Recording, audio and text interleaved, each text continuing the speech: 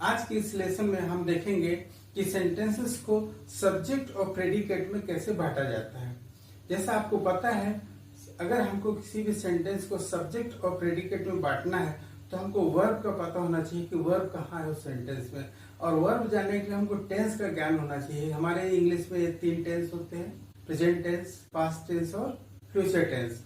तो उस तीनों टेंस के जो फॉर्म होते हैं उसको हमको पता होना चाहिए, और साथ में हमको ये भी पता होना चाहिए कि वर्ब के जो फॉर्म होते हैं, जैसे जेरंड होता है या टू इंफिनिटिव फॉर्म होते हैं, वो भी हमको पता होना चाहिए। तो यहाँ जो पहला सेंटेंस देखिए, द क्रैकलिंग ऑफ गीज सेव्ड रोम। इसमें वर्ब आपका 2 है, क्रैकलिंग और सेव्ड। अब यहाँ पे ये जो क्रैकलिंग है, ये टेंस का फॉर्म नहीं है, ये जेरंड फॉर्म है। मतलब ये हमारा सब्जेक्ट में ये जो गीज है, इसके क्वांटिफायर या इसके डिटर्मिनर या इसको क्वालिफाई करता है, इसलिए ये वर्ब नहीं होगा। वर्ब हमारा क्या है? सेव्ड है। तो आपको पता है इस वर्ब के पहले जो भी है वो सब्जेक्ट होगा, और वर्ब और उसके बाद का जो चीज है वो प्रेडिकेट होगा। उसी प्रकार देखिए, the boy stood on the burning deck. अब यहाँ पे बर्निंग ये भी जिरंड है और ये डेक को क्वालिफाई कर रहा है। इसका मतलब ये verb ordinary verb form, tense का फॉर्म नहीं है। टेंस का फॉर्म हमारा स्टूड है, ये पास्ट टेंस में है। मतलब इसके पहले ये जो भाग है ये आपका सब्जेक्ट है, इसके बाद जो बाद की बात है, stood on the burning deck, ये आपका प्रेडिकेट है। उसी पर देखिए, टूबल can was a man of might. तो यहाँ पे जो वॉज है ये ऑक्सिलरी वर्ब है, लेकिन acting as a full verb. तो ये जो भाग है यहाँ से लेके यहाँ तक, ये आपका प्रेडिकेट हुआ, और इसके पहले वाला भाग आपका सब्जेक्ट हो रहा है। उसी प्रकार stone was do not make a prison. तो डू नॉट मेक ये आपका प्रेजेंट सिंपल का फॉर्म होता है, मतलब यहाँ से लेके यहाँ तक आपका सब्जेक्ट हुआ, और इसके बाद वाला भाग आपका प्रेडिकेट होता है। इसी प्रकार the singing of the words. तो सिंगिंग यहाँ पे वर्ब तो दिख रहा है, लेकिन ये जिरंड है और ये टेंस का फॉर्म नहीं है। टेंस का फॉर्म क्या है आपका? डिलाइट्स, ये वर्ब है। तो इसके पहले ये आपका सब्जेक्ट हुआ, और इसके बाद ये डिलाइट्स ये प्रेडिकेट होता है। Miss Kitty was rude at the table one day. तो वॉज रूड ये आपका वर्ब फॉर्म हुआ, इसके पहले ये हो गया आपका सब्जेक्ट, और ये जो पूरा भाग है आपका प्रेडिकेट कहलाएगा। उसी प्रकार he has a good memory, ये सब्जेक्ट, और ये he has a good memory predicate. उसी प्रकार the earth revolves around the sun. तो the earth subject, revolves around the sun, ये आपका हो गया प्रेडिकेट। उसी प्रकार बैड हैबिट्स ग्रो अनकॉन्शियसली। तो बैड हैबिट्स ये आपका सब्जेक्ट, और ग्रो वर्ब है। वर्ब से लेके जो भी पूरी भाग है आपका प्रेडिकेट कहलाता है। अगला सेंटेंस देखिए, nature is the best physician. तो यहाँ पे इज है, ये वर्ब के रूप में है, हालांकि it is an auxiliary verb but functioning as a main verb. तो इस वर्ब के पहले जो भी है आपका सब्जेक्ट कहलाएगा, और इस वर्ब और उसके साथ जो बाकी चीजें हैं वो प्रेडिकेट कहलाएंगी।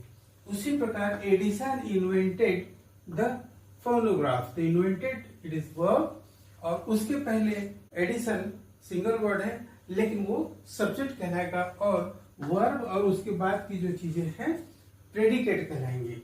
उसी प्रकार देखिए next sentence, the sea has many thousand sands. यहाँ पे देखिए हाथ, हाथ मतलब हैव होता है, ये आर्काइक यूज है, पहले यूज होता था। तो हाथ मीन्स हैव, ये आप हैव समझिए इसको, हाथ मीन हैव। तो द सी हाथ मेनी थाउजेंड्स हैव, तो ये वर्ब है। तो वर्ब के पहले द सी ये हो गया सब्जेक्ट, और इस हाथ मेनी थाउजेंड सैंड्स ये हो गया आपका प्रेडिकेट। उसी प्रकार देखिए, we can not pump the ocean dry. तो कैन नॉट ये मॉडल ऑक्सिलरी है, और मॉडल ऑक्सिलरी फुल वर्ब के रूप में उपयोग हो रहा है। तो इसके पहले जो वी है ये आपका सब्जेक्ट हो गया, और can not pump the ocean dry ये आपका प्रेडिकेट होता है। उस प्रकार बोरोड गारमेंट्स, तो बोरो तो वर्ब है, लेकिन बोरोड गारमेंट्स ये पूरा नाउन फ्रेज के रूप में काम आ रहा है, इसलिए वर्ब नहीं है, वर्ब हमारा फिट है। लेकिन चूंकि नेवर जुड़ा हुआ है इसलिए नेगेटिव सेंटेंस है, तो ये जो नेवर फिट ये आपका वर्ब के रूप में होता है, और ये वेल ये आपका प्रेडिकेट हुआ, और उसके पहले बोरोड गारमेंट्स ये आपका सब्जेक्ट। उस प्रकार the early bird catches the worm, यहाँ पे कैचेस आपको पता है वर्ब है, तो द अर्ली बर्ड ये सब्जेक्ट हो गया, और कैचेस द वर्म ये प्रेडिकेट हो गया।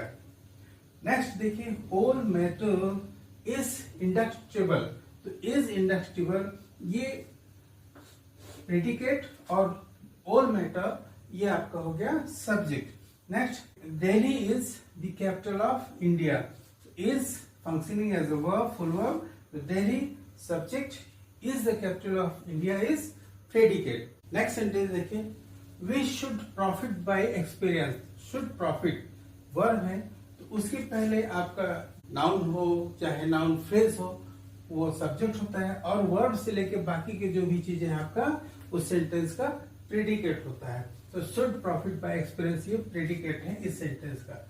नेक्स्ट सेंटेंस देखिए, all roads lead to Rome, lead यहाँ पे वर्ब है, तो वर्ब से पहले ऑल रोड्स ये जो नाउन फ्रेज है आपका सब्जेक्ट होगा, और लीड्स टू रोम ये आपका प्रेडिकेट होगा।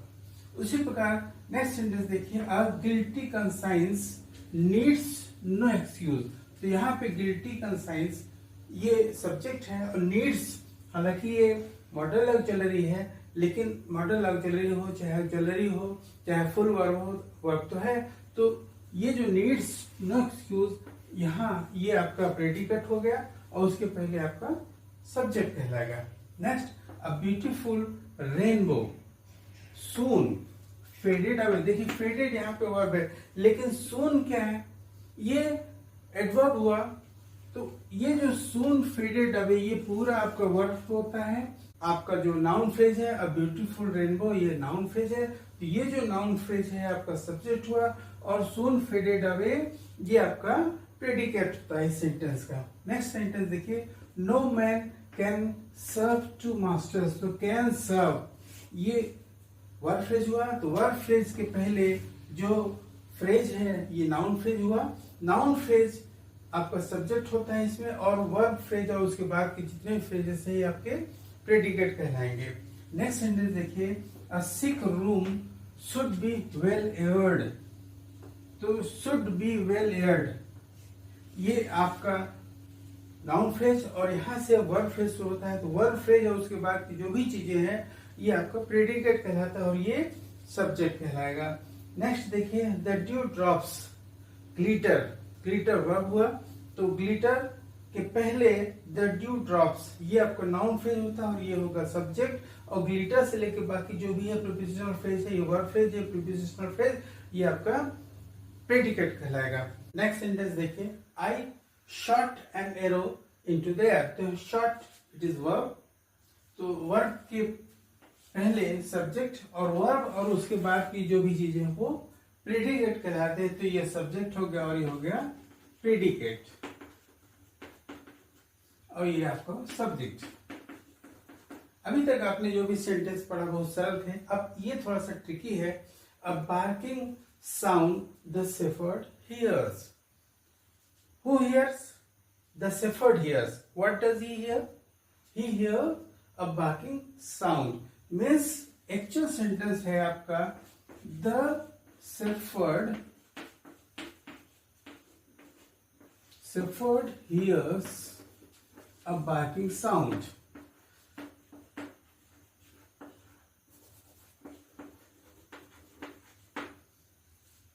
ये जो सेंटेंस है एक्चुअल सेंटेंस में ये है, लेकिन उसको ऐसे ढंग से लिखा है कि थोड़ा सा समझने में दिक्कत हुई। ये पोएटिक फॉर्म में लिखा हुआ है, इसलिए इसको समझना बहुत जरूरी है। तो आपका जो वर्ब होता है ये तो हियर है, लेकिन यहाँ पे जो शेफर्ड है ये सब्जेक्ट होता है, और हियर्स अ बार्किंग साउंड मतलब ये आपका प्रेडिकेट होगा, तो यहाँ पे ये जो शेफर्ड है ये आपका सब्जेक्ट हो गया, और हियर्स से लेके अ बार्किंग साउंड ये होता है आपका प्रेडिकेट, ये ध्यान देना है। उसी प्रकार देखिए next sentence, on the top of the hill lives a hermit, who lives on the top of the hill, hermit. तो ये सेंटेंस एक्चुअली ऐसे लिखा होना चाहिए था, a hermit lives on the top of the hill.